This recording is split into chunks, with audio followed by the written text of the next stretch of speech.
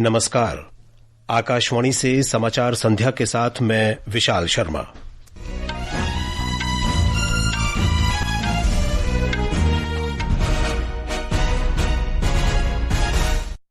मुख्य समाचार। प्रधानमंत्री नरेंद्र मोदी ने पूर्वोत्तर राज्यों मणिपुर, मिजोरम और असम का दौरा किया। कहा, पूर्वोत्तर क्षेत्र बन रहा है देश का विकास इंजन। श्री मोदी ने मणिपुर के इम्फाल में 1200 करोड़ रुपए से अधिक की कई विकास परियोजनाओं का उद्घाटन किया। कहा, सरकार राज्य में शांति और स्थिरता सुनिश्चित करने के लिए लगातार काम कर रही है। प्रधानमंत्री ने गुवाहाटी में डॉक्टर भूपेन हजारिका के जन्म शताब्दी समारोह में भाग लिया। म्यांमार के क्योक्ता में 2 निजी आवासीय विद्यालयों पर हुए म्यांमार सेना के हवाई हमलों में 19 छात्रों की मौत। लक्ष्य Sen Hong Kong super 500 badminton tournament के पुरुष सिंगल्स के फाइनल में पहुंचे और लिवरपूल में विश्व मुक्केबाजी चैंपियनशिप में भारतीय महिला मुक्केबाजों ने 4 पदक पक्के किए। अब समाचार विस्तार से। प्रधानमंत्री नरेंद्र मोदी ने आज पूर्वोत्तर राज्यों मिजोरम, मणिपुर और असम का दौरा किया और कई विकास परियोजनाओं का शुभारंभ किया। इनमें मिजोरम की राजधानी आइजोल को पहली बार भारतीय रेल नेटवर्क से जोड़ने वाली एक नई रेल लाइन भी शामिल है। इस अवसर पर श्री मोदी ने कहा कि भारत दुनिया की सबसे तेजी से बढ़ती हुई अर्थव्यवस्था है और पूर्वोत्तर देश का विकास इंजन बन रहा है। This is not just a railway connection, but it is a lifeline of transformation. It will revolutionize and livelihoods of the people of Mizoram. Farmers and businesses of Mizoram can reach more markets across the nation. प्रधानमंत्री नरेंद्र मोदी ने किसी भी क्षेत्र में विकास के लिए शांति स्थापित करने की आवश्यकता पर जोर दिया है। प्रधानमंत्री ने कहा है कि केंद्र सरकार मणिपुर में शांति और स्थिरता सुनिश्चित करने के लिए लगातार काम कर रही है। प्रधानमंत्री ने आज इम्फाल में 1200 करोड़ रुपए से अधिक की कई विकास परियोजनाओं का उद्घाटन किया। उन्होंने दावा किया कि पिछले 11 वर्षों में पूर्वोत्तर में कई पुराने संघर्षों और विवादों का समाधान हुआ है। एक दिन के मणिपुर दौरे पर प्रधानमंत्री ने चूड़ाचांदपुर जिले में 7,300 करोड़ रुपए की कई परियोजनाओं की आधारशिला रखी। इस अवसर पर श्री मोदी ने सभी संगठनों से शांति के मार्ग पर बढ़ने और लोगों की आकांक्षाओं को पूरा करने की अपील की। मुझे संतोष है कि हाल ही में हिल्स और वैली में अलग अलग ग्रुप्स के साथ समझौतों के लिए बातचीत की शुरुआत हुई है। मैं सभी संगठनों से अपील करूंगा कि शांति के रास्ते पर आगे बढ़कर अपने सपनों को पूरा करें, अपने बच्चों के भविष्य को सुनिश्चित करें और मैं आज आपको वादा करता हूं, मैं आपके साथ हूं। प्रधानमंत्री ने कहा कि मणिपुर में लगभग 2.5 लाख मरीजों ने आयुष्मान भारत योजना के अंतर्गत निःशुल्क उपचार का लाभ लिया है। उन्होंने कहा कि प्रत्येक गरीब नागरिक की चिंताओं का समाधान करना सरकार की सर्वोच्च प्राथमिकता है। श्री मोदी ने कहा कि राज्य में सांप्रदायिक हिंसा के कारण विस्थापित परिवारों के लिए 7,000 नए घरों के निर्माण को मंजूरी दी गई है।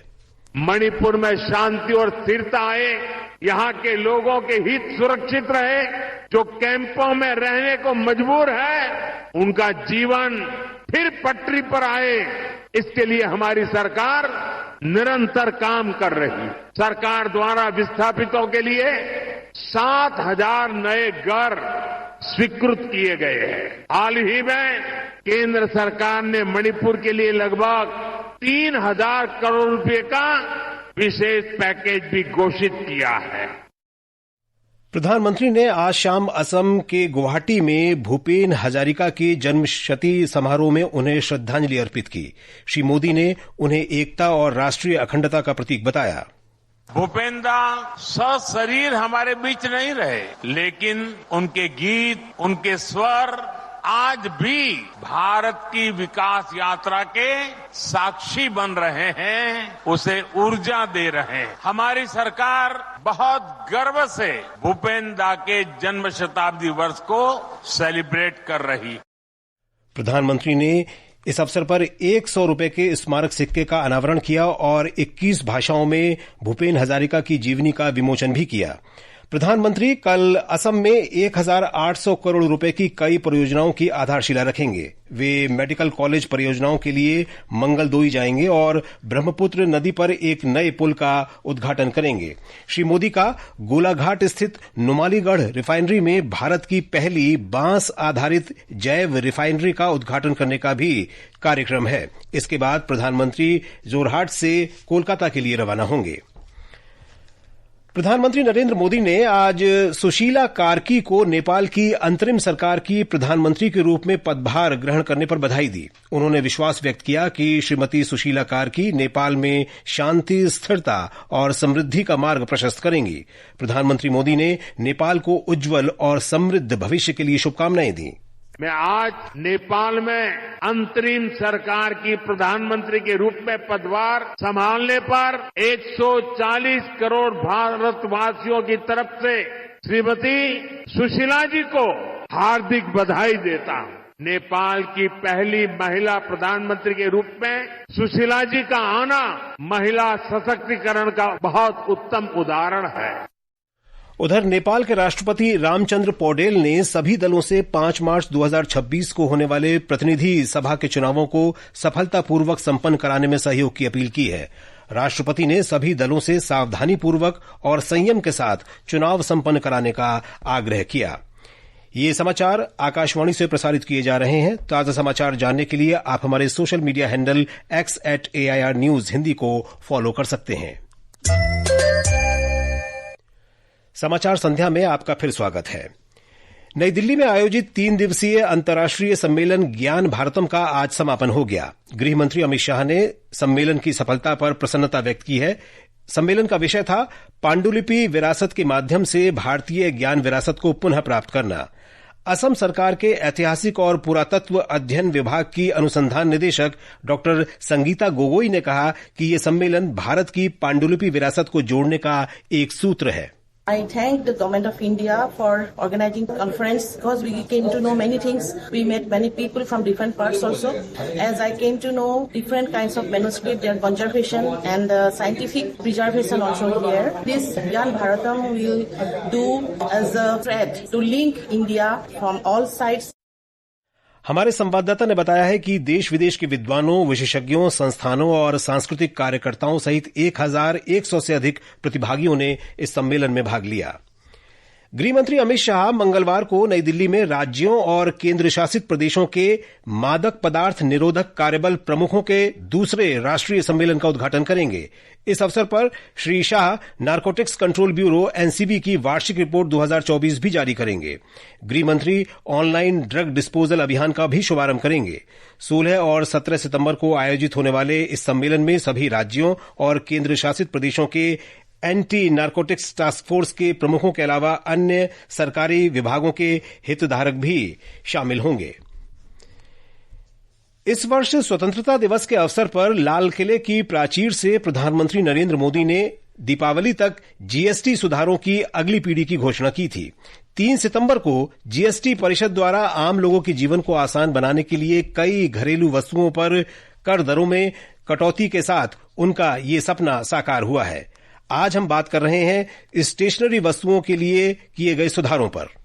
नए जीएसटी सुधारों के अंतर्गत सरकार ने विद्यार्थियों और परिवारों पर बोझ कम करने के लिए एक महत्वपूर्ण कदम उठाया है। नए ढांचे के तहत नोटबुक, ग्राफ बुक, रबड़, पेंसिल, क्रेयॉन, शार्पनर, सभी प्रकार के चार्ट्स, मैप, एटलस और ग्लोब जैसी स्टेशनरी वस्तुओं पर अब कोई जीएसटी नहीं लगेगा। इसके अलावा ज्योमेट्री बॉक्स, कलर बॉक्सेस और कागज या पेपर बोर्ड से बने बॉक्सेस पर 12% का स्लैब घटाकर 5% का स्लैब लगाया जाएगा। आकाशवाणी समाचार से बात करते हुए दिल्ली की एक छात्रा ने इस नए फैसले का स्वागत करते हुए कहा कि शिक्षा को सुलभ और किफायती बनाने का सरकार का यह कदम सराहनीय है। मैं एक छात्र होने के नाते स्टेशनरी आइटम्स पर जीएसटी में कटौती का स्वागत करती हूँ। इससे हमारी रोजमर्रा की पढ़ाई से जुड़ी जरूरी चीजें थोड़ी सस्ती हो जाएंगी। इससे हमारे पेरेंट्स का आर्थिक बोझ भी कम होगा और हमारे बेहतर क्वालिटी की चीजें भी लेने में आसानी होगी। शिक्षा को सुलभ और किफायती बनाना सरकार का एक अच्छा कदम है और इस कदम का हम स्वागत करते हैं और हम उम्मीद करते हैं कि आगे भी ऐसे फैसले लिए जाएंगे जो छात्र के हित में होंगे। इन वस्तुओं पर जीएसटी में कमी से परिवारों और विद्यार्थियों को लाभ मिलने की उम्मीद है, जिससे शिक्षण सामग्री की लागत कम होगी। शिवांग मिश्रा के साथ सौम्या शरण, आकाशवाणी समाचार, दिल्ली।